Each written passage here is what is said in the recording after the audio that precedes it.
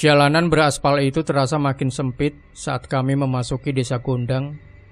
Di sisi kiri dan kanan, hamparan sawah hijau membentang luas, dihiasi pohon-pohon kelapa yang melambai-lambai mengikuti hembusan angin. Pemandangan itu seharusnya menenangkan, tetapi entah kenapa saya merasakan kegelisahan yang aneh, seolah ada aura dingin yang perlahan merayap di kulit. "Ki, yakin kita nggak salah jalan?" tanya Tony, teman seperjalanan saya dari kursi penumpang. Tangannya terus memainkan ponsel, mencari-cari sinyal yang hilang timbul. Sinyal udah mati total nih. Saya melirik spion, melihat wajah Tony yang sedikit pucat. "Enggak, Ton. Ini jalurnya bener kok. Udah deket. Sabar aja." Nama saya Rizky, seorang mahasiswa sejarah yang sedang mengerjakan tugas akhir tentang sejarah industri di Jawa Tengah. Proyek riset saya kali ini adalah pabrik gula Gondang, sebuah pabrik tua yang telah berhenti beroperasi sejak tahun 1990-an. Alasan saya memilih tempat ini sederhana, banyak cerita misterius yang menyelimutinya, dan saya ingin menggali kebenaran di baliknya. Saya berharap bisa menemukan data-data sejarah yang unik, bukan sekadar cerita horor yang beredar di masyarakat. Mobil kami melintasi sebuah gapura tua yang dihiasi ukiran tebu. Di atasnya tulisan pabrik gula Gondang terpampang jelas, walau sebagian catnya sudah mengelupas. Tepat di balik gapura itu, sebuah komplek bangunan kolonial yang megah namun tampak usang berdiri menjulang. Pabrik itu bagaikan raksasa yang tertidur, diselimuti lumut dan ilalang yang tumbuh subur. Jendela-jendelanya yang pecah menatap kosong, seolah menyaksikan kedatangan kami. "Wah, angker banget, Ki," celetuk Tony menggigil. Saya memarkir mobil di depan pos penjagaan kecil. Di sana seorang pria tua duduk di kursi rotan, sibuk menganyam tikar. Pria itu yang kemudian kami ketahui bernama Pak Eko, mengangkat kepalanya saat kami turun. Wajahnya yang keriput dihiasi senyum tipis, tapi matanya memancarkan kesedihan yang sulit diartikan. "Selamat datang, Mas. Sudah saya duga kalian akan datang hari ini," sapanya dengan suara serak. "Selamat sore, Pak. Saya Rizky. Ini teman saya Tony. Kami dari kampus mau riset di sini," kata saya sambil menjabat tangannya. "Saya Eko, juru kunci di sini. Silakan masuk, Mas." "Sudah saya siapkan kamar di dalam," jawabnya menunjuk ke sebuah bangunan di samping pos jaga. Selama berjalan menuju bangunan yang akan kami tempati, saya tak berhenti mengamati sekeliling. Mesin-mesin besar yang berkarat, cerobong asap yang menjulang tinggi, dan tumpukan besi tua yang berserakan membuat suasana terasa makin mencekam. Ada bau aneh yang menyeruak, perpaduan antara bau gula yang menguap dan aroma tanah lembab. Saya merasakan sensasi yang tak biasa, seolah ada banyak pasang mata yang mengawasi setiap gerak-gerik kami. Malam harinya, setelah meletakkan barang-barang, saya dan Tony mencoba menjelajahi pabrik. Pak Eko sudah mengingatkan kami untuk tidak terlalu jauh berjalan, tetapi rasa penasaran saya terlalu kuat. Kami memasuki sebuah gudang yang gelap, hanya diterangi oleh senter ponsel. "Ki, udah deh, balik aja. Gue takut," bisik Tony. Saya mengabaikannya dan terus melangkah. Saat kami melewati sebuah lorong panjang, sebuah bayangan hitam melintas dengan cepat di ujung koridor. Kami berdua langsung terdiam. Jantung saya berdebar kencang. Itu bukan bayangan manusia, karena ukurannya terlalu besar dan bentuknya tidak jelas. Bayangan itu hilang secepat kilat, seolah tak pernah ada. "Lo lihat kan?" tanya Tony dengan suara bergetar. Saya mengangguk pelan. Ada sesuatu yang tidak beres di tempat ini. Saya datang untuk mencari sejarah, tetapi sepertinya yang akan saya temukan jauh lebih dari itu. Ini bukan hanya tentang data, ini tentang sesuatu yang hidup dalam kegelapan menunggu kami. Dengan langkah cepat kami kembali ke pos jaga. Pak Eko sudah menunggu. Ia menatap kami dengan tatapan yang sulit diartikan, seperti sudah tahu apa yang baru saja kami alami. "Saya sudah bilang, Mas, malam hari tempat ini bukan untuk orang seperti kalian," ucapnya. Suaranya terdengar lebih serius. Di bawah rembulan yang sinarnya samar-samar menembus celah atap, saya tahu perjalanan riset saya akan berubah menjadi sesuatu yang lain. Saya tidak tahu pasti apa yang saya hadapi, tapi saya yakin di balik keheningan pabrik tua ini ada sebuah kisah kelam yang menunggu untuk dibongkar. Malam pertama di pabrik gula gondang terasa sangat panjang. Setelah kembali dari pengalaman menyeramkan di gudang, saya dan Tony bergegas ke kamar. Kamar itu adalah ruangan kecil yang dulunya mungkin digunakan sebagai kantor. Kini hanya diisi 2 kasur usang dan sebuah meja kayu. Meskipun sudah berusaha untuk tidur, telinga saya tidak bisa berhenti mendengar suara-suara aneh dari luar. Suara mesin-mesin yang sudah tidak berfungsi, seolah-olah hidup kembali, menciptakan irama bising yang membuat bulu kuduk berdiri. Tony sudah tertidur, atau setidaknya berpura-pura. Tubuhnya meringkuk, diselimuti selimut tebal, seolah itu bisa melindunginya dari apapun yang ada di luar sana. Sementara itu saya tidak bisa memejamkan mata. Saya memutuskan untuk bangkit dan mengambil senter, lalu menyalakan laptop yang sudah saya bawa. Saya harus mulai bekerja. Tujuan utama saya adalah kantor administrasi, tempat arsip-arsip pabrik disimpan. Pak Eko sudah menunjukkan letaknya sore tadi. Dengan langkah hati-hati saya menyusuri koridor yang gelap, hanya diterangi cahaya senter. Suara langkah kaki saya bergema, menambah ketegangan. Udara di sini terasa berat dan dingin, jauh lebih dingin dari suhu malam hari yang normal. Kantor administrasi adalah ruangan besar dengan deretan lemari arsip kayu yang sudah lapuk. Bau kertas tua dan debu menyengat hidung. Saya mulai mencari-cari dokumen penting, berharap menemukan buku catatan atau laporan produksi dari zaman dulu. Di antara tumpukan arsip yang berdebu, mata saya tertuju pada sebuah kotak kayu kecil yang tergeletak di bawah meja. Kotak itu tidak terkunci. Di dalamnya saya menemukan sebuah buku harian dengan sampul kulit berwarna coklat tua. Buku itu ditulis dengan bahasa Belanda dengan aksara yang rapi. Saya membaca halaman pertamanya. Buku harian Van der Lee, mandor kepala pabrik gula gondang. Jantung saya berdebar kencang. Ini adalah penemuan yang luar biasa. Sebuah catatan personal dari masa lalu dan sekadar laporan formal. Saat saya sedang asik membaca, sebuah bisikan lirih terdengar di belakang saya. Bisikan itu seperti suara tangisan, namun tidak jelas. Saya menoleh, namun tidak ada siapa-siapa. Saya mencoba meyakinkan diri sendiri bahwa itu hanya suara angin. Tapi bisikan itu kembali terdengar, kali ini lebih jelas dan lebih dekat. Tolong aku. Suara itu datang dari sudut ruangan. Saya mengarahkan senter ke sana. Tidak ada apa-apa, hanya tumpukan arsip yang berantakan. Namun saat saya memutar senter kembali, sebuah bayangan sekilas melintas di balik lemari arsip. Bayangan itu mirip sosok wanita dengan rambut panjang yang menjuntai. Saking cepatnya, saya tidak bisa melihat detailnya. Rasa takut mulai menguasai saya, mengalahkan rasa penasaran. Saya menutup buku harian itu dengan tergesa-gesa dan memasukkannya ke dalam tas. Senter di tangan saya mulai bergetar. Saya harus kembali. Ini bukan lagi tentang riset sejarah. Ini tentang keselamatan saya. Saya berlari kembali ke kamar, mengabaikan bisikan-bisikan dan bayangan yang seolah mengikuti. Saat sampai, saya langsung mengunci pintu. Tony terbangun, menatap saya dengan mata terbelalak. "Lo kenapa, Ki?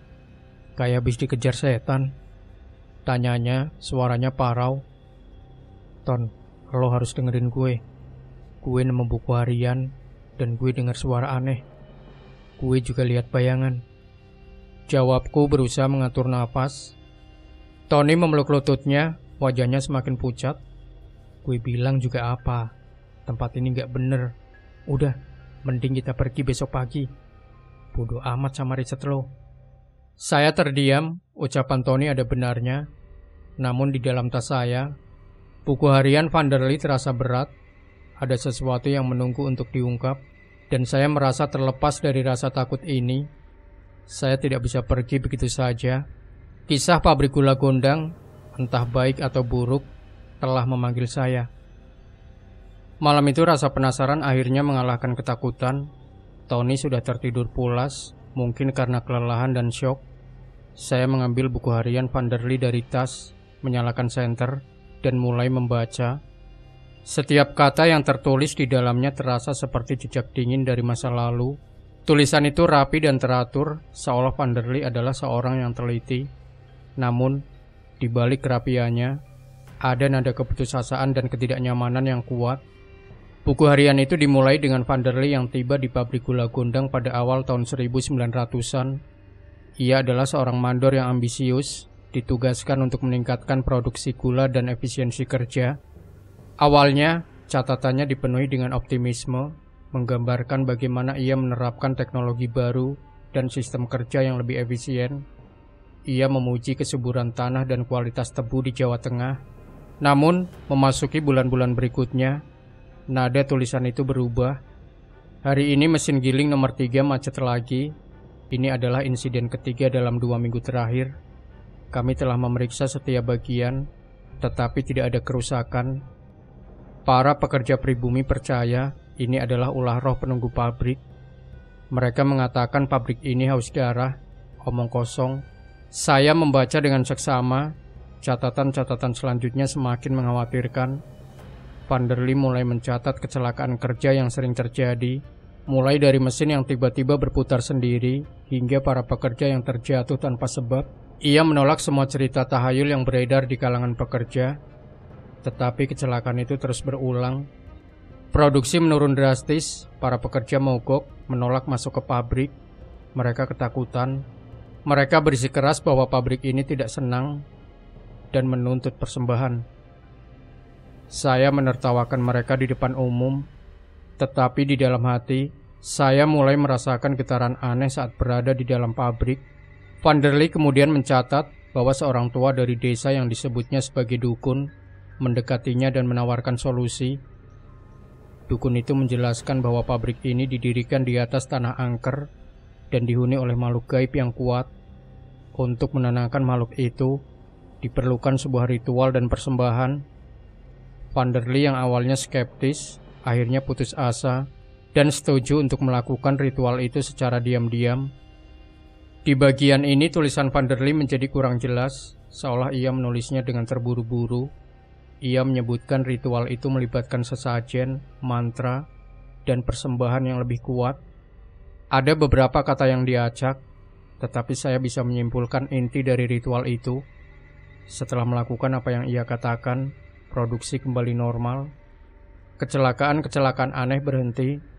Para pekerja kembali bekerja dengan tenang.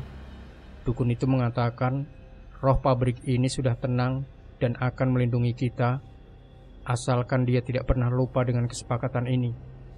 Saya merasa jijik dengan apa yang saya lakukan, tetapi ini adalah satu-satunya cara untuk menyelamatkan pabrik.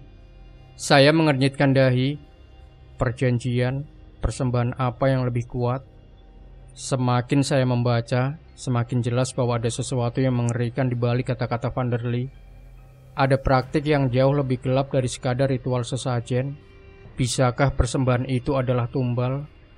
Tiba-tiba sebuah suara dentuman keras terdengar dari ruang giling di kejauhan.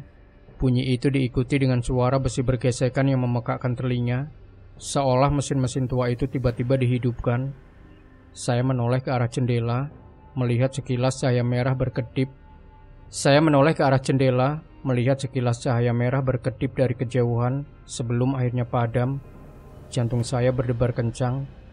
Ini bukan lagi tentang penelitian sejarah.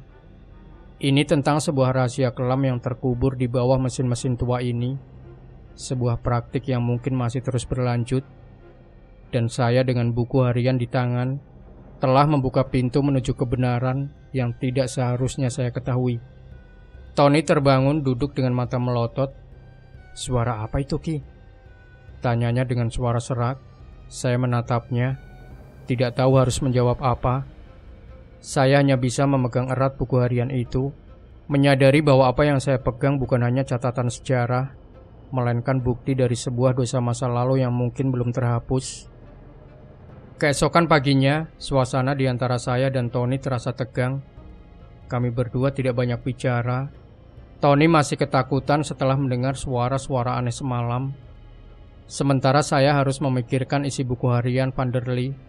Saya menyadari bahwa riset saya telah berubah menjadi investigasi, dan saya tidak bisa mundur begitu saja. Kami sarapan di pos jaga bersama Pak Eko. Juru kunci tua itu menatap kami bergantian, seolah bisa membaca ketakutan di wajah kami. "Sudah lebih baik, Mas?" tanyanya dengan senyum hambar. Tony hanya bisa mengangguk pelan, masih enggan membuka suara. Sementara itu, saya mencoba bersikap setenang mungkin. "Iya, Pak. Cuma kaget sedikit semalam," jawab saya, berusaha menyembunyikan buku harian yang tersembunyi di dalam tas saya. Setelah sarapan, saya memutuskan untuk melanjutkan riset di bagian dalam pabrik. Kali ini saya mengajak Tony. Saya merasa tidak aman jika harus pergi sendirian. Meskipun Tony keberatan, ia akhirnya setuju setelah saya meyakinkannya bahwa kami hanya akan memeriksa sebentar dan tidak akan berkeliaran sampai malam. Kami memasuki ruang giling, jantung dari pabrik gula ini. Ruangan itu sangat luas, dipenuhi dengan mesin-mesin giling tebu raksasa yang berkarat dan tertutup debu tebal. Mesin-mesin itu tampak seperti monster-monster baja yang sudah lama mati, menunggu untuk dihidupkan kembali. Aroma manis dan sisa-sisa tebu yang sudah mengering masih tercium samar-samar, bercampur dengan bau besi tua dan kelembapan. Saya mengeluarkan kamera dan mulai memotret. Saya ingin mendokumentasikan setiap detail untuk laporan saya. Saat saya sibuk mengambil gambar, Tony berdiri di samping saya, terus-menerus menengok ke kanan dan ke kiri dengan wajah waspada. "Ki, di sini hawanya beda banget," bisik Tony, dinginnya menusuk. Saya mengangguk, menyadari bahwa apa yang ia rasakan sama dengan apa yang saya rasakan. Ruangan ini, khususnya di area mesin giling, memiliki aura yang sangat tidak menyenangkan, seolah ada sesuatu yang menempel di sana, menolak untuk pergi. Tiba-tiba mata Tony membulat dan tubuhnya membeku. Tangannya menunjuk ke arah mesin giling di depan kami, tetapi ia tidak mampu mengucapkan sepatah kata pun. Napasnya tercekat di tenggorokan. Saya menoleh ke arah yang ia tunjuk. Di sana, di antara gulungan-gulungan mesin giling yang berkarat, saya melihatnya.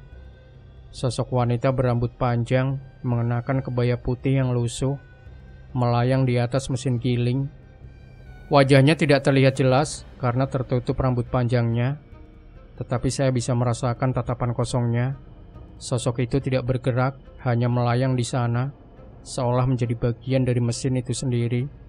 Kemudian dengan gerakan yang tiba-tiba dan cepat, sosok itu menghilang, seolah ditarik masuk ke dalam mesin. Jantung saya berdebar kencang, tapi saya tidak sempat bereaksi.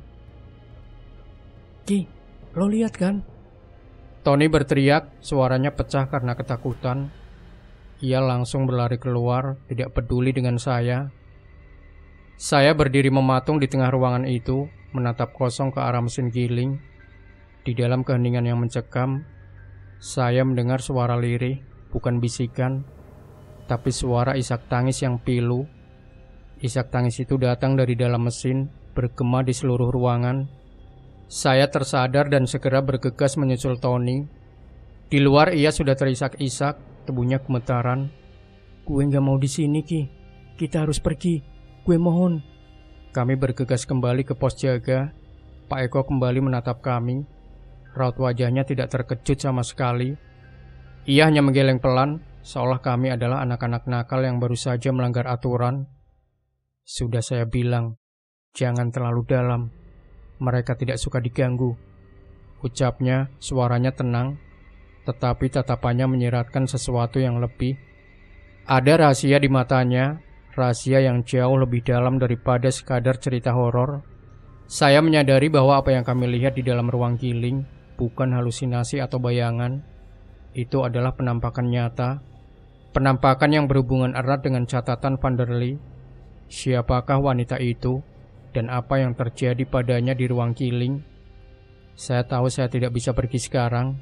Saya harus menemukan jawabannya. Malam itu, setelah menenangkan Tony yang masih gemetaran, saya memutuskan untuk menemui. Saya memutuskan untuk menemui Pak Eko. Ada banyak pertanyaan di kepala saya, dan saya yakin hanya dia yang bisa menjawabnya. Ia sedang duduk di pos jaganya, ditemani secangkir kopi hitam dan sebungkus rokok kretek. "Pak Eko," Sapa saya pelan. Saya ingin tahu siapa wanita yang kami lihat di ruang giling. Pak Eko mengisap rokoknya dalam-dalam, matanya menatap kosong ke kegelapan di luar. Ia terdiam sejenak, seolah menimbang-nimbang.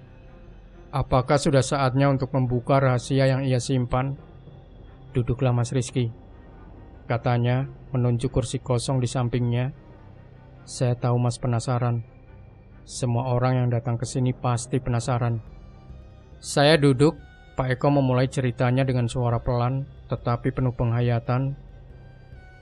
Pabrik ini sudah berdiri lebih dari 100 tahun, jauh sebelum kalian lahir. Awalnya pabrik ini ramai, makmur, gula yang dihasilkan bisa diekspor kemana-mana, tapi semua ada harganya. Harganya? Tanya saya. Pak Eko mengangguk. Dulu, sebelum pabrik ini dibangun, tanah ini adalah tempat keramat. Ada sosok penunggu yang sangat kuat. Orang-orang Belanda itu, mereka tidak peduli. Mereka tetap mendirikan pabrik, menggali tanah, menebang pohon tanpa permisi.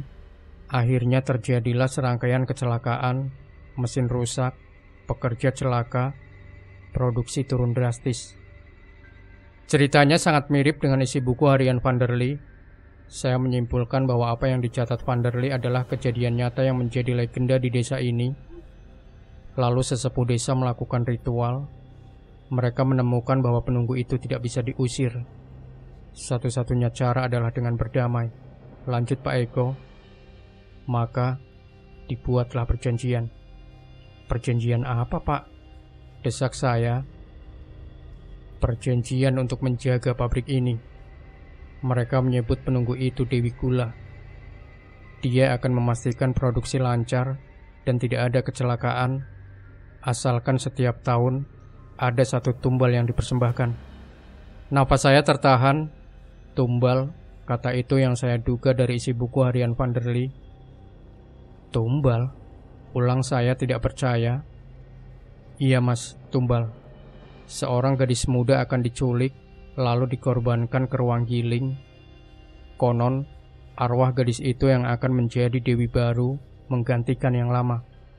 Jelas Pak Eko, suaranya terdengar datar, seolah ia sudah terbiasa dengan kisah mengerikan ini. Dan wanita yang kami lihat itu adalah salah satu tumbal. Tanya saya. Pak Eko mengangguk. Bisa jadi. Ada banyak yang sudah jadi korban, ada yang hilang tanpa jejak, ada yang ditemukan tewas di dalam mesin. Pabrik ini punya banyak cerita, tapi cerita itu selalu ditutup-tutupi.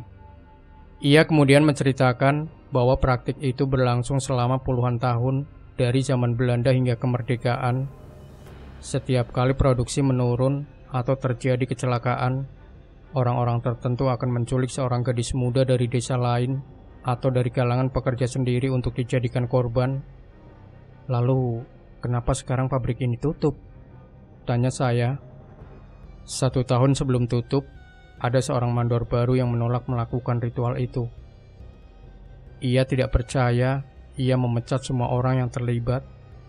Akhirnya teror kembali, kecelakaan, mesin yang rusak, penampakan. Puncaknya putri mandor itu sendiri yang menghilang. Jawab Pak Eko, matanya berkaca-kaca. Pabrik ini akhirnya bangkrut, dan mandor itu pergi, membawa kesedihan yang mendalam. Mereka bilang, arwah di sini marah besar karena jatahnya tidak dipenuhi. Kisah Pak Eko membuat saya merinding.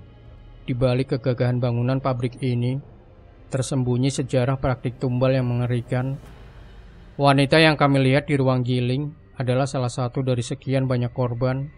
Ia bukan sekadar hantu penunggu. Ia adalah jiwa yang terperangkap, menderita, dan haus akan keadilan. Saya melirik ke arah Tony yang masih tidur pulas. Ia harus tahu kebenaran ini. Kami tidak bisa hanya pergi begitu saja. Kami harus mencari tahu siapa wanita itu dan mengapa ia masih terperangkap di sini. Saya merasa dengan buku harian Van der Lee dan informasi dari Pak Eko, saya memiliki kunci untuk mengungkap semua ini. Pagi hari di pabrik gula gondang terasa lebih dingin dari biasanya. Mungkin karena cerita Pak Eko semalam masih melekat kuat di benak saya. Saya duduk di samping Tony yang sudah terbangun, mencoba mencerna semua informasi yang saya dapatkan. Tony menatap saya dengan tatapan kosong, seolah ia sudah kehilangan semangat untuk melawan. "Jadi, itu bukan cuma hantu biasa?" tanyanya pelan. Saya mengangguk.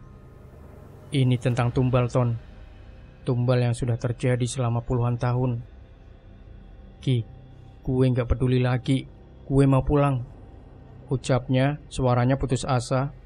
Saya memahami perasaannya, tapi saya tidak bisa begitu saja pergi. Saya harus menemukan jawaban. Siapa sebenarnya sosok wanita berambut panjang itu? Mengapa dia terperangkap di sini? Saya kembali ke kantor administrasi, membawa serta buku harian Vanderly. Dengan senter di tangan, saya membolak-balik halaman-halaman buku tua itu, mencari petunjuk. Di bagian akhir, Vanderly mencatat sesuatu yang ia sebut sebagai proyek yang gagal.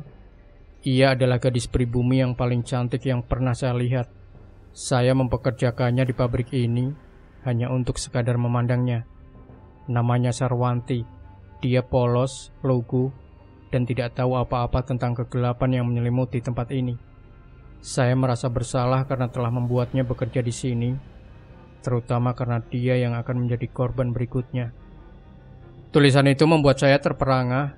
Vanderly, seorang mandor Belanda yang sombong, ternyata jatuh hati pada seorang pekerja pribumi bernama Sarwanti.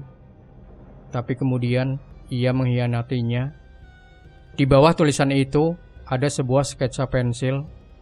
Sketsa itu menggambarkan seorang gadis muda dengan rambut panjang tergerai, wajahnya cantik dan senyumnya tulus. Wajahnya tidak terlihat di balik rambut yang menjuntai dalam penampakan semalam. Tapi saya yakin sosok itu adalah Sarwanti. Ia menjadi tumbal pertama setelah perjanjian dibuat. Saya membaca catatan selanjutnya.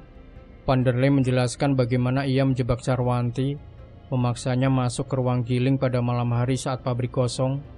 Vanderly mengira dengan mempersembahkan tumbal dari kalangan pekerja, roh pabrik akan lebih senang.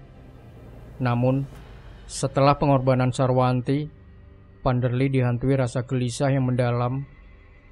Suara tangisannya masih terngiang di telinga saya. Saya melihatnya dengan mata kepala saya sendiri. Dia meronta, menjerit, sebelum akhirnya mesin-mesin itu menelannya. Saya harap arwahnya tenang di sana, tapi saya tahu saya telah membuat perjanjian dengan iblis, dan sekarang saya harus hidup dengan konsekuensinya. Catatan itu berhenti di situ. Tidak ada lagi tulisan dari Vanderly. Saya menduga setelah kejadian itu, ia tidak pernah lagi mencatat apapun. Ia hanya hidup dengan rasa bersalah yang menghantuinya. Tiba-tiba saya mendengar suara langkah kaki dari luar. Langkah itu mendekat, bukan dari arah pos jaga, melainkan dari kedalaman pabrik. Saya mengintip dari celah jendela. Saya berlari sekencang-kencangnya, jantung berdebar keras di dada. Tony sudah berada di ambang pintu. Tony sudah berada di ruang pintu ruang giling. Wajahnya masih kosong, langkahnya kaku, seolah ia adalah boneka yang ditarik oleh tali tak kasat mata. "Tony, tunggu!" teriak saya. Tony tidak menoleh, tidak juga melambat, terus berjalan masuk ke dalam ruang giling yang gelap dan sunyi. Udara di sekitarnya terasa lebih berat, seolah-olah seluruh pabrik menarik nafas dalam-dalam. Saya berhasil menyusulnya tepat di depan mesin giling raksasa. Mesin itu terlihat seperti monster baja yang siap menelan apa saja yang mendekat. Saya meraih bahu Tony, mencoba menariknya mundur, tetapi ia melawan dengan kekuatan yang luar biasa. Matanya tidak berkedip, pupilnya melebar. "Ada apa, Ton? Sadar!" seru saya panik. "Pulang ke rumah," bisik Tony. Suaranya bukan suaranya sendiri. Itu adalah suara serak, dingin, dan jauh lebih tua. Tiba-tiba, mesin giling itu mulai berderak, mengeluarkan bunyi berbisik yang memekakan telinga.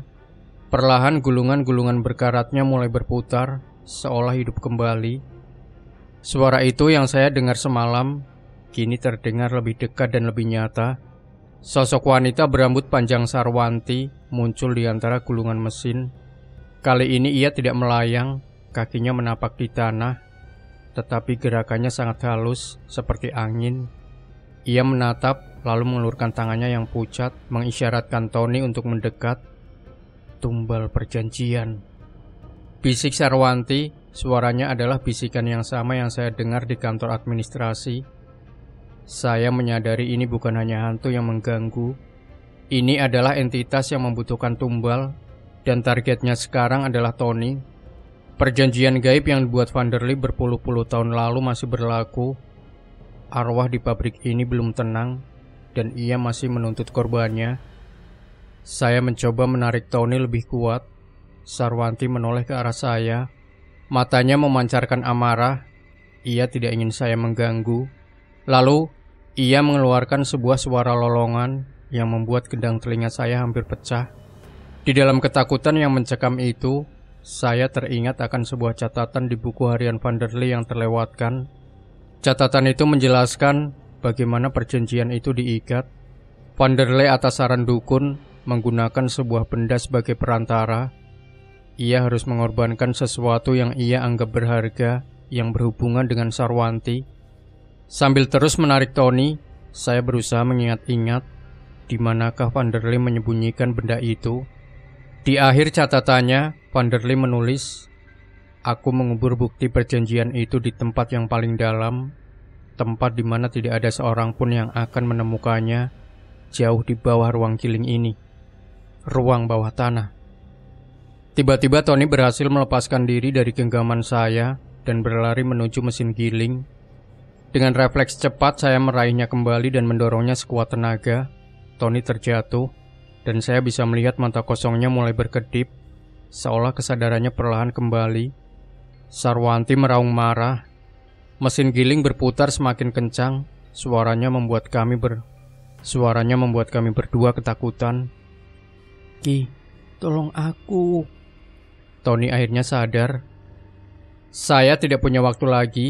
Saya harus segera menemukan ruang bawah tanah itu. Perjanjian itu harus dihentikan, atau kami akan menjadi korban berikutnya. Dan satu hal lagi, saya menyadari ada satu orang lagi yang tahu tentang perjanjian ini dan mungkin sedang mengawasi kami, Pak Eko. Kami berhasil keluar dari ruang giling, meninggalkan suara deru mesin yang perlahan mereda di belakang kami. Tony masih syok, wajahnya pucat pasi, dan tubuhnya gemetar hebat. Kami bergegas kembali ke kamar, mengunci pintu dan duduk di lantai, mencoba menenangkan diri. Gue gak tahu apa yang terjadi, bisik Tony. Rasanya kayak ada yang narik gue. Kepala gue kosong. Saya memeluk lutut saya, masih terbayang wajah Sarwanti yang penuh amarah. Itu perjanjian, Ton. Perjanjian yang dibuat Vanderlei. Dia masih minta tumbal. Dan lo, entah kenapa jadi targetnya. Tony hanya bisa menggeleng-gelengkan kepalanya. Ia tidak tahu harus bereaksi seperti apa. Kami berdua tidak lagi berhadapan dengan sekadar cerita hantu, melainkan dengan sebuah kutukan yang nyata. Saya menyadari kami tidak bisa tidur malam ini.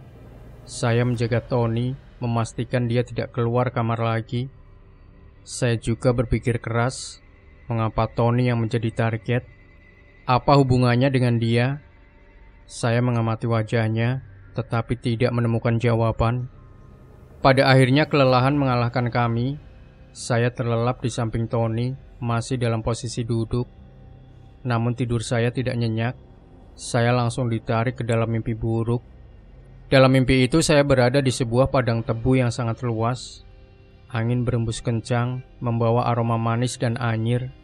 Di kejauhan saya melihat sosok seorang gadis yang mengenakan kebaya putih berjalan di antara tebu-tebu itu. Dia adalah Sarwanti. Saya mencoba memanggilnya, tetapi suara saya tidak keluar. Saya berlari mengejarnya, tetapi dia menjauh.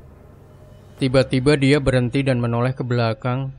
Wajahnya tidak lagi tertutup rambut panjang, tetapi terlihat jelas. Wajahnya cantik, namun dihiasi bekas-bekas luka mengerikan di dahi dan pipinya. Matanya kosong, dipenuhi penderitaan yang tak terperikan. Dia menunjuk ke arah saya, kemudian ke arah pabrik yang menjulang di kejauhan. "Pergi." Suaranya terdengar sangat sedih.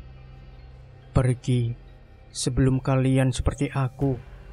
Kemudian Sarwanti berubah, wajahnya yang cantik perlahan membusuk, kulitnya mengelupas, dan rambutnya rontok. Dia menjerit, jeritan yang sama yang saya dengar di ruang giling. Jeritan itu sangat nyata, seolah-olah gendang telinga saya benar-benar akan pecah. Saya terbangun langsung terduduk tegak, napas saya memburu, dan seluruh tubuh saya dipenuhi keringat dingin. Matahari sudah terbit, sinarnya masuk melalui celah jendela di depan saya. Tony masih tidur. Saya menatap tulisan itu. Saya melihat ke arah dinding. Ada coretan di sana. Ada coretan di sana. Coretan itu bukan coretan pena atau pensil, tetapi seperti dibuat dengan jari. Tulisan itu berbunyi, "Pergi." Saya menatap tulisan itu dengan ngeri. Tulisan itu mirip dengan apa yang Sarwanti katakan dalam mimpi saya. Itu adalah sebuah peringatan. Entah itu berasal dari Sarwanti yang berusaha melindungi kami, atau dari entitas lain yang tidak suka dengan kehadiran kami. Tony akhirnya terbangun. Ia melihat tulisan itu, dan matanya langsung membulat. "Ki, itu bukan dari kita kan? Kita nggak nulis itu kan?" Saya menggeleng. "Enggak, Ton." Wajah Tony memucat, sekarang sepenuhnya sadar bahwa apa yang terjadi di sini jauh lebih berbahaya dari yang ia bayangkan. Peringatan itu bukan hanya untuk saya, tetapi untuk kami berdua. Kami berdua terdiam memandangi tulisan di dinding. Kami datang ke sini untuk mengungkap sejarah, tapi sekarang kami telah menjadi bagian dari sejarah itu sendiri. Satu hal yang saya tahu pasti, kami tidak bisa pergi begitu saja. Peringatan itu juga terasa seperti sebuah tantangan. Dan saya dengan buku harian Vanderlei di tangan, tahu bahwa kami harus mengakhiri semua ini. Setelah menemukan tulisan "pergi" di dinding, Tony benar-benar terpuruk. Ia hanya duduk diam memeluk lututnya, menolak makan atau minum. Ketakutan yang ia rasakan jauh lebih nyata dari sekadar bisikan atau bayangan. Peringatan itu terasa personal, seolah-olah pabrik itu terasa langsung berbicara padanya. Saya tahu, saya harus melakukan sesuatu. Kami tidak bisa hanya duduk di sini, menunggu giliran menjadi korban. Jika kami meninggalkan tempat ini, kami tidak tahu apakah kutukan itu akan mengikuti kami. Saya harus menemukan cara untuk mengakhiri semua ini, dan untuk melakukannya, saya butuh lebih banyak informasi. Meskipun takut, saya kembali ke kantor administrasi. Kali ini saya membawa sebuah tas ransel kosong, berniat membawa semua dokumen yang saya rasa penting. Saya memilah-milah arsip dengan lebih hati-hati, mencari data yang berhubungan dengan hilangnya pekerja wanita. Di antara tumpukan arsip yang berdebu, saya menemukan beberapa buku besar keuangan dan daftar absensi pekerja dari tahun-tahun awal pabrik beroperasi. Saya mengambil beberapa buku dan membukanya. Di sana tertera nama-nama pekerja, gaji mereka, dan catatan harian. Tiba-tiba mata saya berhenti pada sebuah catatan di buku absensi tahun 1930. Beberapa nama pekerja wanita, termasuk Sarwanti, ditandai dengan lingkaran merah dan sebuah tulisan tangan yang berbunyi, "Hilang." Saya terus mencari. Di tahun-tahun berikutnya, saya menemukan pola yang sama. Setiap tahun ada beberapa nama pekerja wanita muda yang ditandai dengan lingkaran merah, dengan catatan "hilang" atau diberhentikan mendadak. Jumlahnya tidak sedikit. Ada puluhan nama. Ada yang hilang pada tahun 1935, 1941, 1948, 1955, dan seterusnya. Saya menyadari kisah yang diceritakan Pak Eko bukan hanya legenda, ini adalah fakta. Pabrik tumbal itu berlangsung selama puluhan tahun, dan banyak nyawa wanita muda yang menjadi korbannya. Mereka semua adalah dewi gula yang berbeda, jiwa-jiwa yang dipaksa menjadi tumbal, dan kelancaran bisnis pabrik. Di salah satu buku besar, saya menemukan sebuah catatan aneh. Di bagian pengeluaran, tertera sebuah pos yang ditulis dengan tulisan tangan yang berbeda dari yang lain. Biaya ritual. Jumlahnya tidak besar, tapi rutin dikeluarkan setiap tahun, terutama saat produksi menurun. Itu adalah bukti konkret dari ritual tumbal yang masih berlangsung.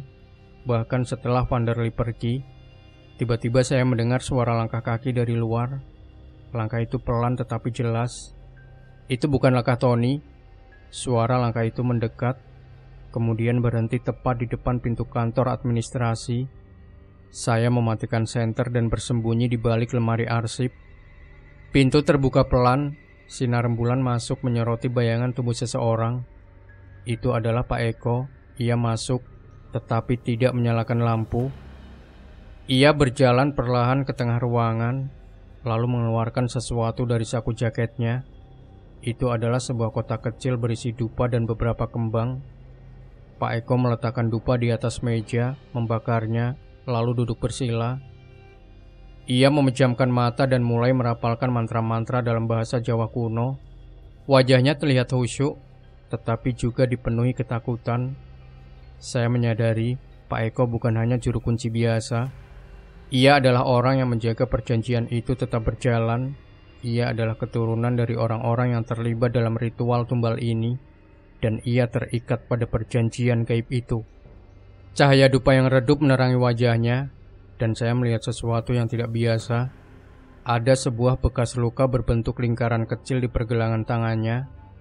Bekas luka itu terlihat seperti sebuah simbol, sebuah lambang yang saya yakini berhubungan dengan perjanjian gaib tersebut. Saya tahu, saya telah menemukan kepingan teka-teki yang paling penting.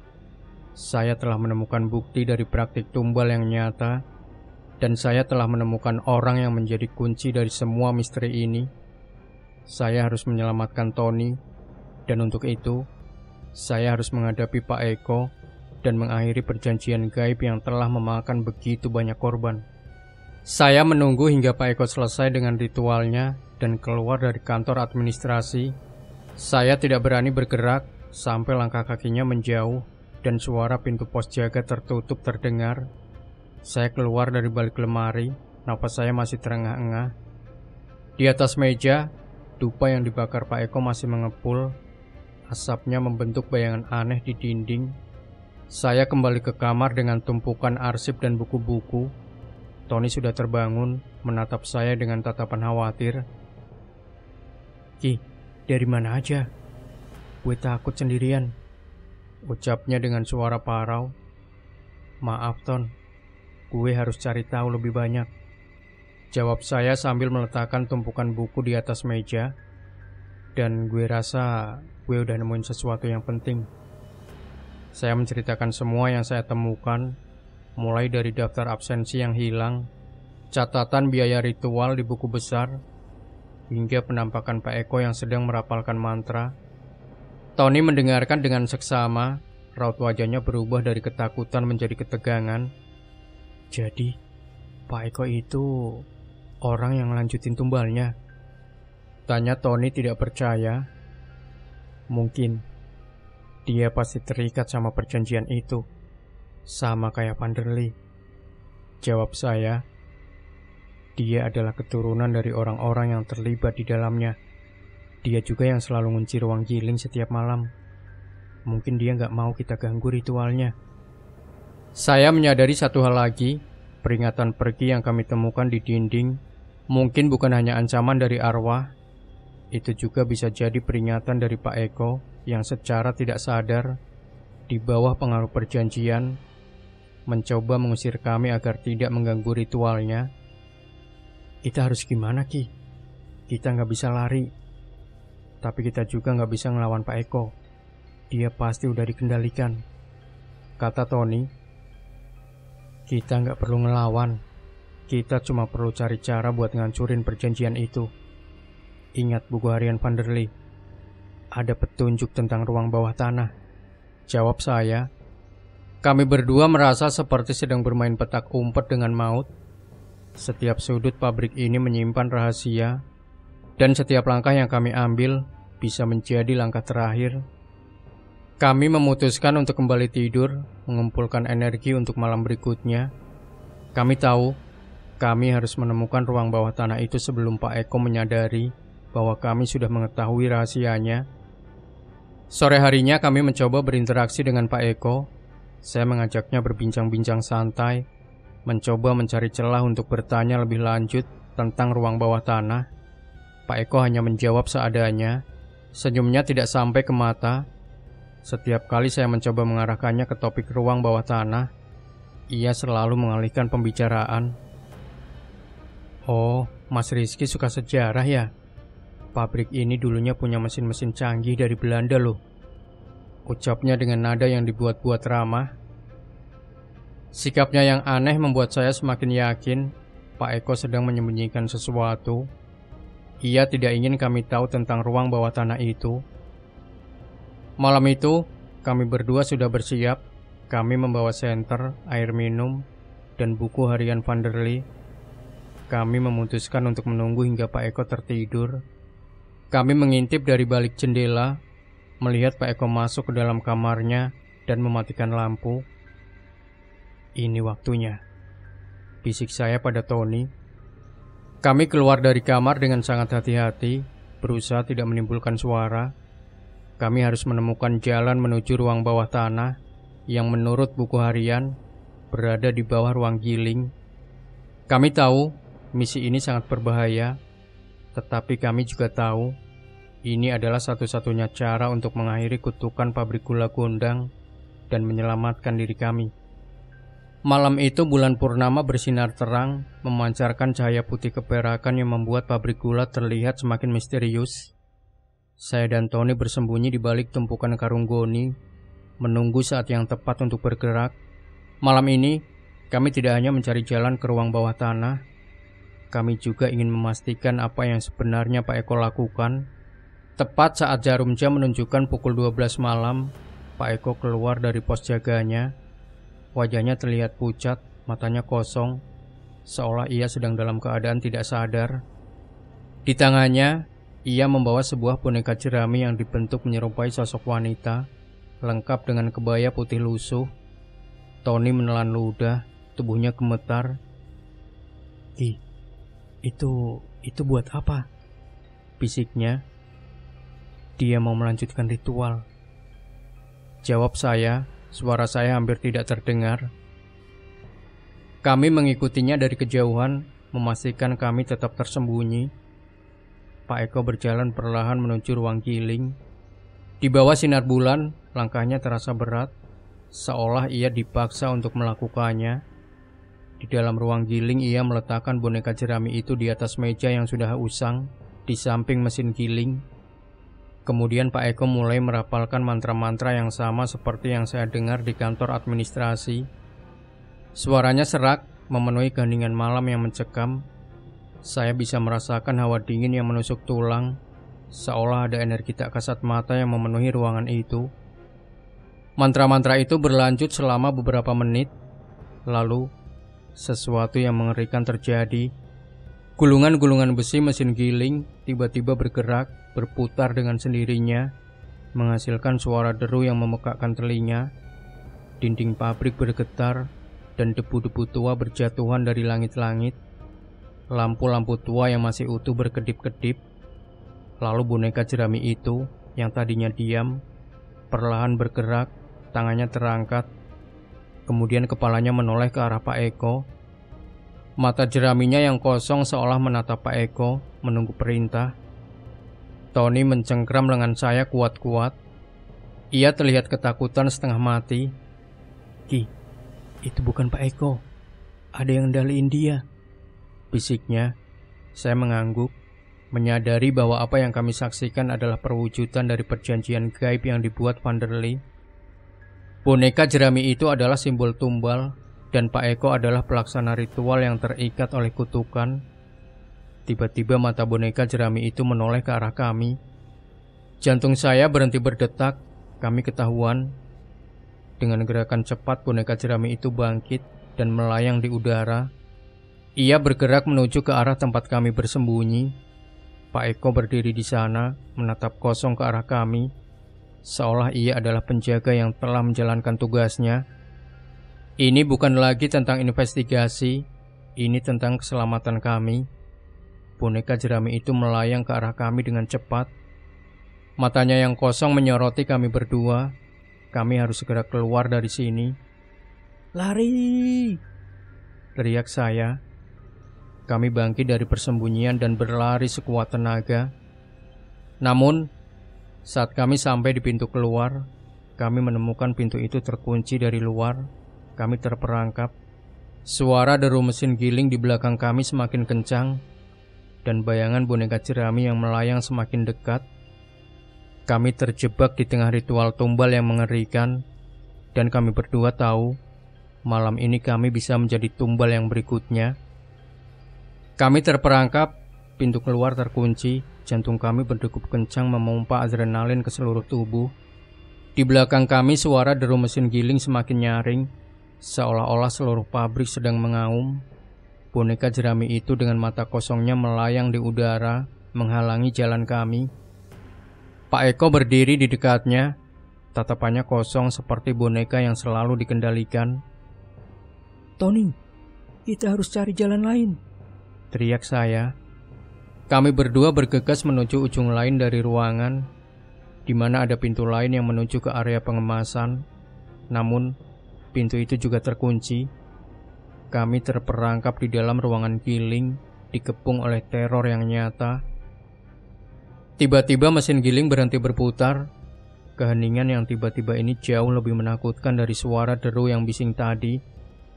Di tengah keheningan itu, muncullah sosok Sarwanti. Kali ini dia tidak melayang. Dia berdiri di atas mesin giling. Rambut hitam panjangnya menutupi sebagian wajahnya. Kebaya putihnya tampak lusuh dan bernoda, dan ia mengeluarkan suara isak tangis yang pilu. Isak tangisnya bergema, membuat suasana semakin mencekam.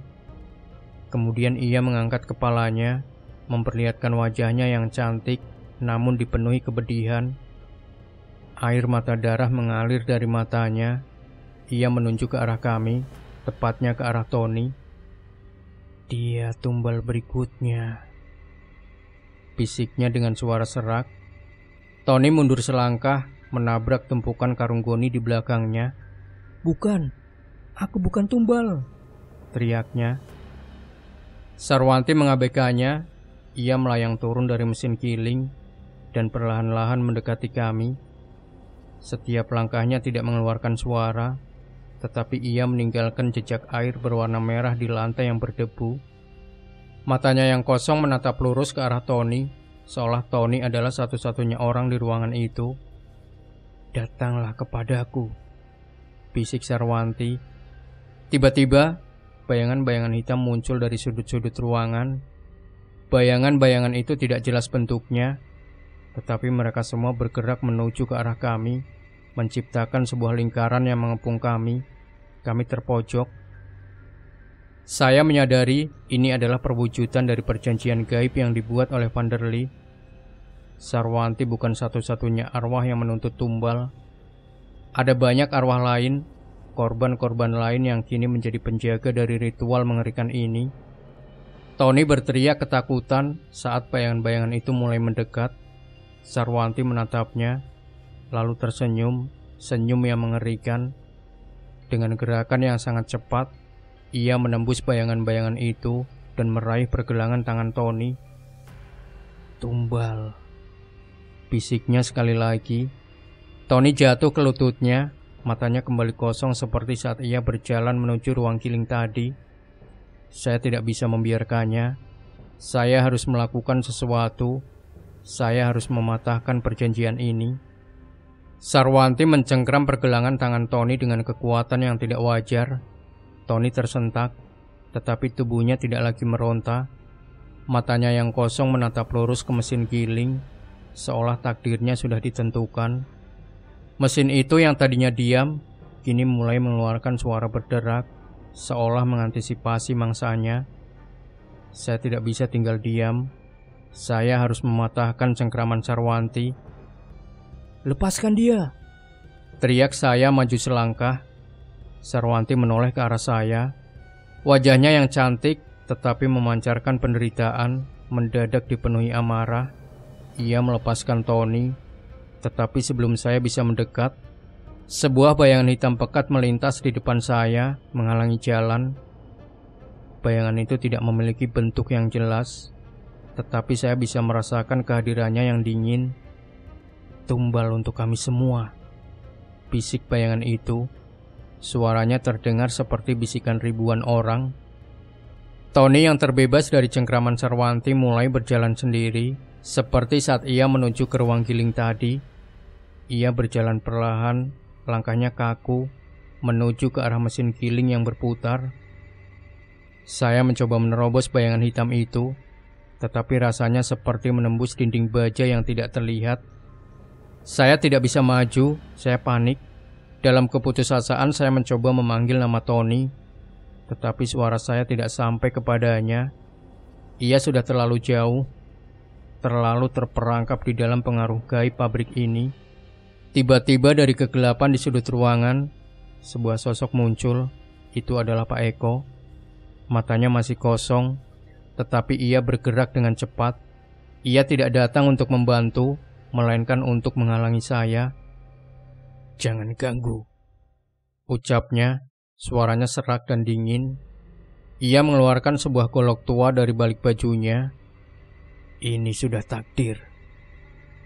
Saya tidak menyangka Pak Eko akan bertindak sejauh ini. Ia yang tadinya hanya seorang juru kunci tua, kini menjadi penjaga dari ritual mengerikan ini. Saya tahu ia tidak melakukannya dengan kesadaran penuh, tetapi ia tetap berbahaya. Saya mundur selangkah menghindari goloknya. Pak Eko bergerak ke arah saya, mencoba menusuk. Saya mengelak, lalu mendorongnya dengan sekuat tenaga. Pak Eko terjatuh dan goloknya terlempar ke samping. Ia tidak marah, ia hanya bangkit perlahan. Tatapan matanya masih kosong. Di saat yang sama Tony sudah berada tepat di depan mesin giling. Ia mengangkat kakinya, siap untuk melangkah masuk ke dalam gulungan yang berputar. Sarwanti menatapnya. Bibirnya membentuk senyum kemenangan yang mengerikan. Saya tidak punya pilihan lain, saya harus mengambil risiko. Saya berlari ke arah Pak Eko, mengambil goloknya, lalu memotong tali yang mengikat boneka jerami. Boneka itu adalah perwakilan dari Sarwanti. Jika saya menghancurkannya, mungkin kutukan ini bisa dihentikan. Tepat saat saya memotong tali itu, sebuah jeritan panjang dan melengking terdengar. Bukan dari Sarwanti, tapi dari mesin giling. Mesin itu berhenti berputar, dan sosok Sarwanti yang tadinya akan menarik Tony, kini terdiam, menatap saya dengan tatapan kosong. Tony tersadar, ia berteriak, lalu ambruk di depan mesin giling. Saya berhasil menyelamatkannya, tetapi saya tahu ini belum berakhir. Saya telah mengganggu ritual yang seharusnya berlangsung. Saya telah melanggar perjanjian gaib yang dibuat Van der Lee, dan arwah-arwah di pabrik ini sekarang mengincar saya. Tony ambruk tidak sadarkan diri di lantai ruang giling yang dingin. Tepat saat itu Pak Eko bangkit. Matanya yang kosong kini menatap saya dengan tatapan penuh amarah. Ia bukan lagi juru kunci tua yang ramah, melainkan sebuah entitas yang dikendalikan oleh dendam dan kegelapan. Ia melangkah ke arah saya, wajahnya kaku dan tanpa emosi. Saya tahu saya harus membawa Tony keluar dari sini. Saya berjongkok mencoba mengangkat tubuh Tony yang lemas, namun Pak Eko sudah berada di belakang saya. Ia mengambil golok yang saya buang tadi dan melangkah maju.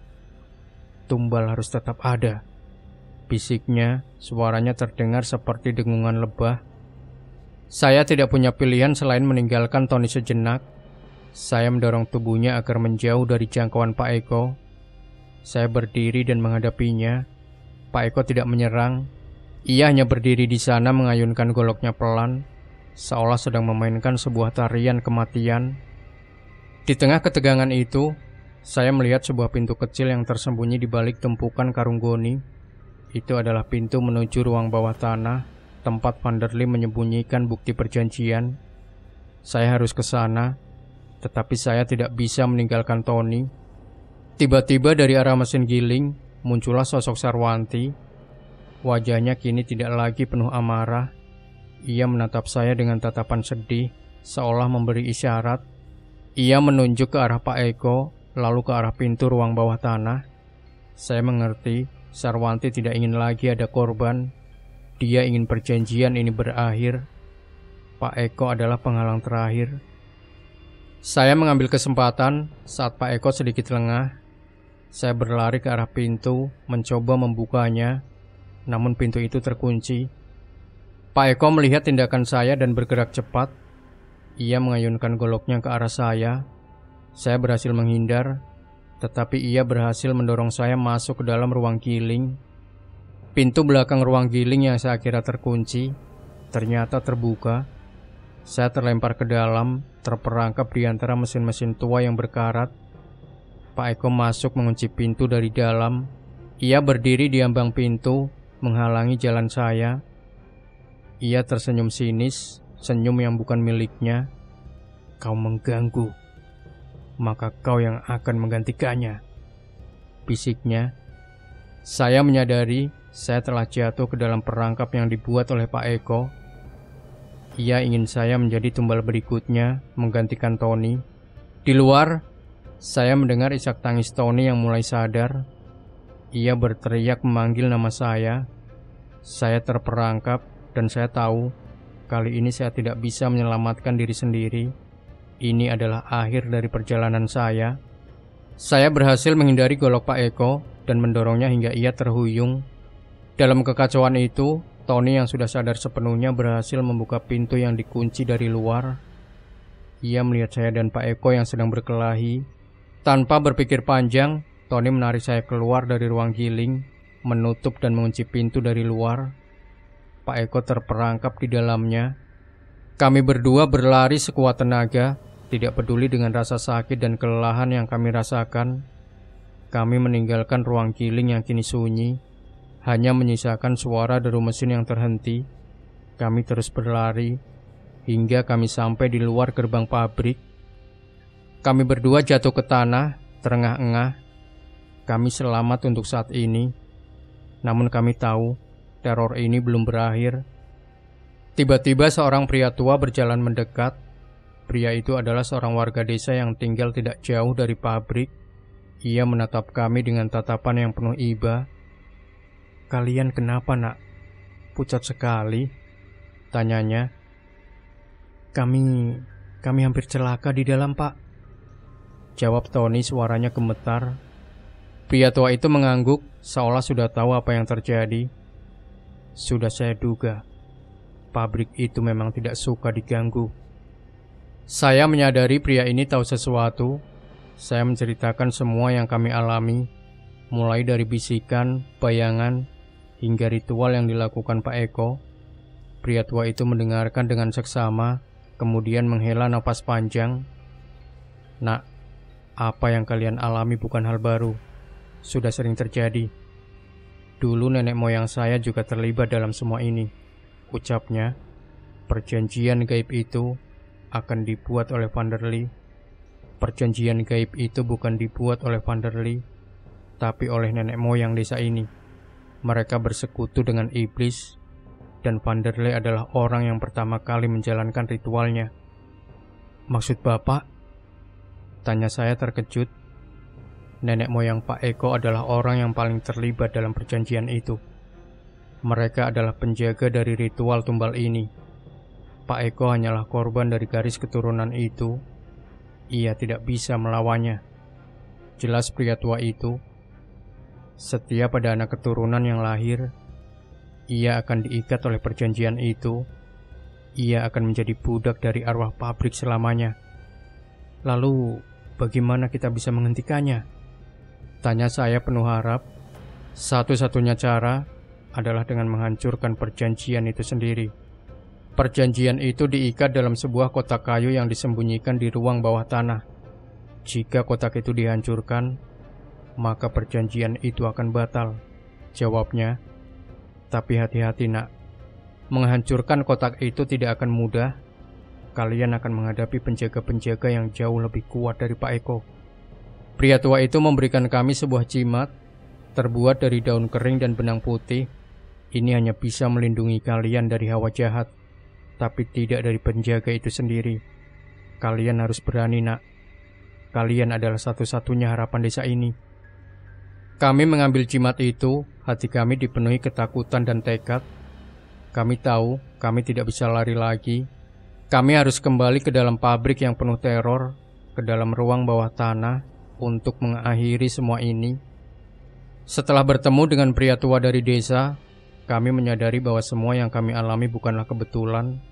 Kami telah ditarik ke dalam pusaran takdir yang telah berlangsung selama berabad-abad. Perjanjian gaib, tumbal, dan Pak Eko yang kerasukan, semuanya saling terkait. Kami tahu meninggalkan pabrik ini sekarang tidak akan mengakhiri masalah, melainkan hanya menundanya. Kutukan itu akan terus berlanjut dan mungkin akan mengejar kami. Saya menatap Tony yang kini memegang jimat pemberian pria tua itu. Wajahnya yang tadinya penuh ketakutan, kini memancarkan tekad. Jadi, kita harus kembali ke dalam, Ki? Tanyanya, saya mengangguk. Ini satu-satunya cara, Ton. Kita harus menemukan ruang bawah tanah itu dan menghancurkan perjanjiannya. Kalau enggak, kita nggak akan pernah bisa tenang. Kami memutuskan untuk menyusun rencana. Kami tahu bahwa Pak Eko terperangkap di dalam ruang giling, tapi kami tidak tahu apakah ia akan tetap di sana. Kami juga tahu bahwa ada penjaga-penjaga lain yang jauh lebih kuat, seperti yang dikatakan pria tua itu. Rencana kami sederhana. Pertama, memanfaatkan malam hari. Kami akan menunggu hingga malam tiba. Kami tahu bahwa kekuatan arwah di pabrik ini jauh lebih kuat saat malam hari.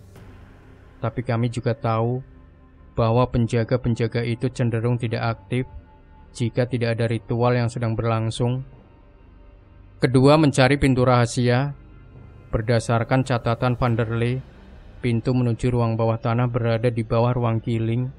Kami akan mencari celah di lantai atau di balik tumpukan karung goni. Kami harus melakukannya dengan cepat dan senyap. Dan yang ketiga, menghancurkan perjanjian. Setelah menemukan pintu dan masuk ke ruang bawah tanah, kami akan mencari kotak kayu yang berisi perjanjian gaib itu. Kami akan menghancurkannya, membatalkan kutukan, dan membebaskan semua arwah yang terperangkap, termasuk Sarwanti dan Pak Eko. Kami mengumpulkan semua yang kami butuhkan, senter, jimat dari pria tua itu, dan buku harian Vanderlei. Buku harian itu menjadi kunci utama kami. Di dalamnya ada petunjuk yang sangat jelas tentang bagaimana perjanjian itu dibuat dan bagaimana cara mematahkannya. Saat matahari mulai terbenam, kami kembali ke gerbang pabrik. Angin berembus kencang membawa aroma manis dan anyir yang khas. Pabrik itu kini terlihat berbeda di mata kami. Bukan lagi sebuah bangunan kosong yang usang, melainkan sebuah makam raksasa. Yang menampung ratusan jiwa yang terperangkap. Kami saling bertatapan, menguatkan hati. Ini adalah pertarungan terakhir. Kami tidak tahu apa yang akan terjadi di dalam sana, tetapi kami tahu bahwa kami tidak sendirian. Kami membawa harapan semua korban yang telah dikorbankan, dan kami bertekad untuk membebaskan mereka. Malam telah larut, dan bulan purnama kembali menjadi satu-satunya penerang alami bagi pabrik gula gondang yang gelap gulita. Kami berdua dengan senter di tangan, bergerak perlahan menuju ruang giling. Kami tahu tempat itu adalah pusat dari semua teror, dan kami harus menghadapinya sekali lagi. Saat kami memasuki ruang giling, keheningan yang mencekam langsung menyambut kami. Suara deru mesin yang memekakkan telinga kini tak terdengar. Namun ada hawa dingin yang menusuk tulang dan aura berat yang membuat kami sulit bernafas. Sosok Sarwanti tidak terlihat, tetapi kehadirannya masih terasa kuat. Kami mulai mencari pintu rahasia yang disebutkan di buku harian Vanderlei. Kami memeriksa setiap sudut, setiap celah di antara tumpukan karung goni yang sudah lapuk. Tiba-tiba mata saya tertuju pada sebuah bagian lantai yang terlihat berbeda. Bagian itu terbuat dari kayu, bukan dari semen, dan sepertinya disamarkan dengan lapisan debu dan kotoran. Ton, coba lo bantu dorong ini, bisik saya. Kami berdua mendorong tumpukan karung goni itu. Di baliknya terlihat sebuah pintu kayu kecil yang tersembunyi. Pintu itu sudah sangat tua, engselnya berkarat, dan temboknya sudah rapuh. Dengan sedikit usaha, gembok itu berhasil kami patahkan. Kami membuka pintu itu perlahan, dan aroma tanah lembab langsung menyeruak. Di bawahnya terdapat sebuah tangga kayu yang menurun menuju kegelapan yang tak terhingga. Saya menyalakan senter, dan sinarnya hanya menembus beberapa meter ke bawah. "Lo yakin kita harus turun, Ki?" tanya Tony, suaranya bergetar. "Ini satu-satunya cara, Ton," jawab saya berusaha menenangkan diri sendiri. Kami berdua mengambil napas dalam-dalam, lalu mulai menuruni tangga. Setiap anak tangga yang kami pijak mengeluarkan suara derit yang mengerikan. Di setiap langkah, kami merasa seperti sedang memasuki perut monster yang siap menelan kami kapan saja. Di bawah sana, ruangannya jauh lebih gelap dan lebih dingin. Ruang bawah tanah itu adalah sebuah lorong sempit yang dipenuhi rak-rak kayu yang berdebu. Di atas rak-rak itu, terdapat botol-botol kaca yang sudah pecah dan tumpukan dokumen yang sudah menguning. Kami menyusuri lorong itu, mencari-cari sebuah kotak kayu yang disebutkan Vanderlei. Tiba-tiba, sebuah suara bisikan terdengar. Suara itu berasal dari ujung lorong, seolah memanggil kami. "Jangan ke sana, Ki," bisik Tony. Saya tidak mengindahkan peringatannya. Rasa penasaran yang terlalu kuat. Di ujung lorong kami menemukan sebuah altar kecil. Di atasnya terdapat sebuah peti kayu tua yang diukir dengan simbol-simbol aneh. Saya tahu ini adalah kotak yang kami cari. Namun, saat kami mendekat, sebuah sosok bayangan muncul dari balik altar. Sosok itu bukan Sarwanti, bukan juga Pak Eko. Sosok itu adalah penjaga yang disebutkan pria tua itu. Matanya merah menyala, dan ia mengayunkan sebuah sabit besar. Ia adalah penjaga perjanjian gaib itu. Kami telah membangunkan sang penjaga. Tony, ia berjalan sendirian menuju ke ruang giling, tempat ia mengalami penampakan semalam. Wajahnya terlihat kosong seperti sedang dihipnotis. Ia berjalan pelan, seolah ada seseorang yang menuntunnya. Jantung saya berdegup kencang. Tony sedang menuju tempat yang sangat berbahaya. Saya harus menghentikannya. Ini adalah babak baru dalam cerita ini. Babak yang menyeret kami bukan hanya sebagai saksi, tetapi sebagian dari tumbal yang menuntut korban baru. Saya buru-buru keluar mengejar Tony yang sudah hampir tiba di ruang giling. Saya harus menghentikannya sebelum terlambat, sebelum sejarah kelam pabrik gula Gondang kembali terulang. Penjaga itu berdiri menjulang, siluetnya yang gelap diterangi oleh cahaya senter kami. Matanya merah menyala, dan ia mengayunkan sabitnya dengan gerakan yang lambat, tapi mengancam. Aroma anyir yang kuat memenuhi ruangan, membuat kami berdua mual. Tony terperanjat, mundur selangkah, menabrak sebuah rak kayu yang berisik. "Jangan sentuh," raung penjaga itu. Suaranya dalam dan bergetar, seolah berasal dari dalam perut bumi. Saya tahu kami tidak bisa melawannya secara fisik. Kami harus menggunakan akal. Saya menyalakan senter saya, mengarahkannya tepat ke mata penjaga itu. Ia menjerit, mencengkram kepalanya, dan mundur sedikit. Rupanya cahaya yang kuat mengganggunya. "Tony, ambil kotaknya!" teriak saya. Tony, meskipun ketakutan, segera mengerti. Ia berlari ke arah altar dan mencoba meraih peti kayu itu. Namun tepat sebelum tangannya menyentuh peti, sebuah tangan lain muncul dari balik altar.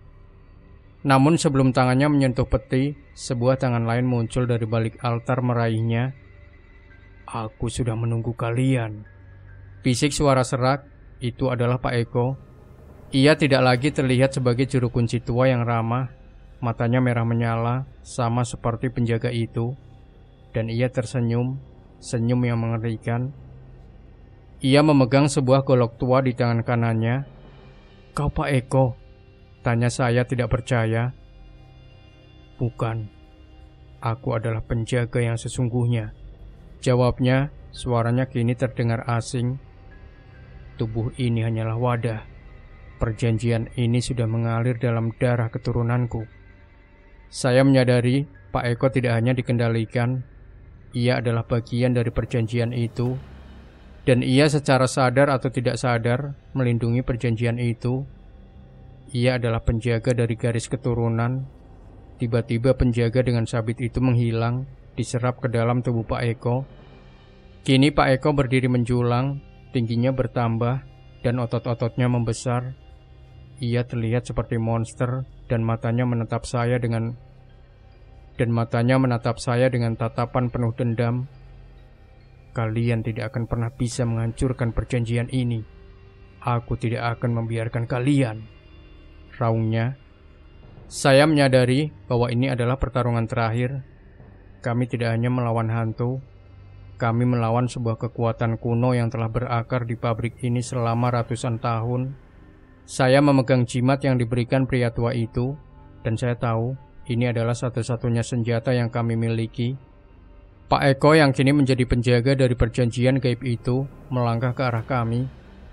Golok di tangannya bergetar dan matanya merah menyala. Tony yang masih di samping saya terhuyung mundur. Kami terpojok. Di belakang kami, altar dengan peti kayu itu terasa seperti titik akhir dari perjalanan kami. Kalian akan mati di sini, sama seperti yang lainnya, raung Pak Eko. Suaranya kini bukan lagi miliknya. Saya tahu saya tidak bisa melawannya dengan kekuatan fisik. Saya harus menggunakan jimat yang diberikan pria tua itu. Saya menarik jimat itu keluar dari saku saya, menggenggamnya erat-erat. Kami tidak akan mati, ucap saya, berusaha keras agar suara saya tidak bergetar. Kami datang untuk mengakhiri ini. Saya berteriak, lalu melemparkan jimat itu ke arah Pak Eko. Jimat itu melayang di udara, dan saat menyentuh tubuhnya, sebuah cahaya putih yang menyilaukan muncul. Pak Eko menjerit kesakitan, terhuyung mundur, dan bayangan-bayangan yang mengelilingi kami menghilang. Cahaya itu tidak bertahan lama. Pak Eko kembali berdiri, tetapi kali ini ia terlihat lebih lemah.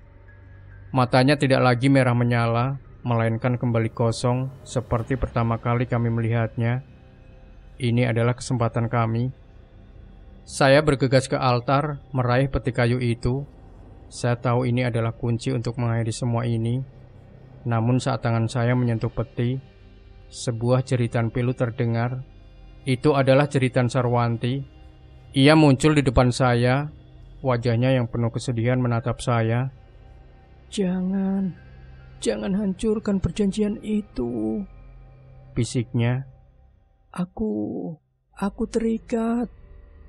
Saya menyadari Sarwanti tidak ingin perjanjian itu hancur. Ia tidak ingin dibebaskan. Ia telah menjadi bagian dari kutukan itu, dan ia tidak tahu cara hidup tanpanya. Tiba-tiba di belakang saya, Tony berteriak. Ia telah membaca buku harian Vanderlei yang ia bawa. Ki, jangan hancurkan kotaknya. Hancurkan boneka kayunya, teriaknya. Itu simbol dari perjanjian, bukan kotaknya. Saya melihat ke dalam peti. Di dalamnya ada sebuah boneka kayu yang diukir menyerupai Sarwanti. Boneka itu dikelilingi oleh jimat-jimat tua yang sudah mengering. Ini adalah perwujudan dari perjanjian yang dibuat Vanderlei. Ini adalah benda yang mengikat Sarwanti dan semua korban lainnya. Saya meraih boneka itu, dan tiba-tiba sebuah suara lolongan panjang terdengar. Itu adalah lolongan dari semua arwah yang terperangkap di dalam pabrik ini. Mereka marah. Mereka tidak ingin perjanjian itu berakhir. Pak Eko yang sudah kembali sadar menatap saya dengan tatapan yang penuh rasa sakit. Jangan, Mas. Jangan hancurkan. Mereka akan marah. Saya tidak punya pilihan. Saya harus mengakhiri semua ini. Saya mengambil boneka kayu itu, dan dengan sekuat tenaga, saya membantingnya ke lantai. Boneka itu hancur berkeping-keping. Tepat saat boneka itu hancur, sebuah cahaya putih yang sangat kuat memenuhi seluruh ruang bawah tanah. Cahaya itu menyilaukan, membuat saya dan Tony memejamkan mata. Lalu, suara-suara teriakan dan tangisan terdengar. Bukan teriakan yang menakutkan, melainkan teriakan kelegaan. Saat saya membuka mata, Pak Eko sudah tergeletak di lantai, pingsan. Di atasnya sesosok wanita berambut panjang Sarwanti melayang. Wajahnya yang tadinya penuh penderitaan kini tersenyum. Senyumnya tulus, dan air matanya bukan lagi darah, melainkan air mata kebahagiaan. Terima kasih, bisiknya sebelum airnya menghilang, bersamaan dengan hilangnya semua aura kegelapan dan dingin di ruang bawah tanah. Kami berhasil, kami telah mengakhiri tumbal yang telah berlangsung selama puluhan tahun. Kami telah membebaskan Sarwanti dan semua korban lainnya. Cahaya putih itu memudar meninggalkan kami di dalam keheningan yang damai. Udara di ruang bawah tanah tidak lagi terasa dingin dan menyesakan. Bau anyir yang tadinya menusuk hidung kini digantikan oleh aroma tanah yang segar. Di lantai Pak Eko tergeletak tak sadarkan diri, kembali menjadi seorang juru kunci tua yang rapuh. Saya dan Tony saling menatap, tidak percaya dengan apa yang baru saja terjadi. Kami berhasil, kami telah mengakhiri kutukan yang telah berlangsung selama puluhan tahun.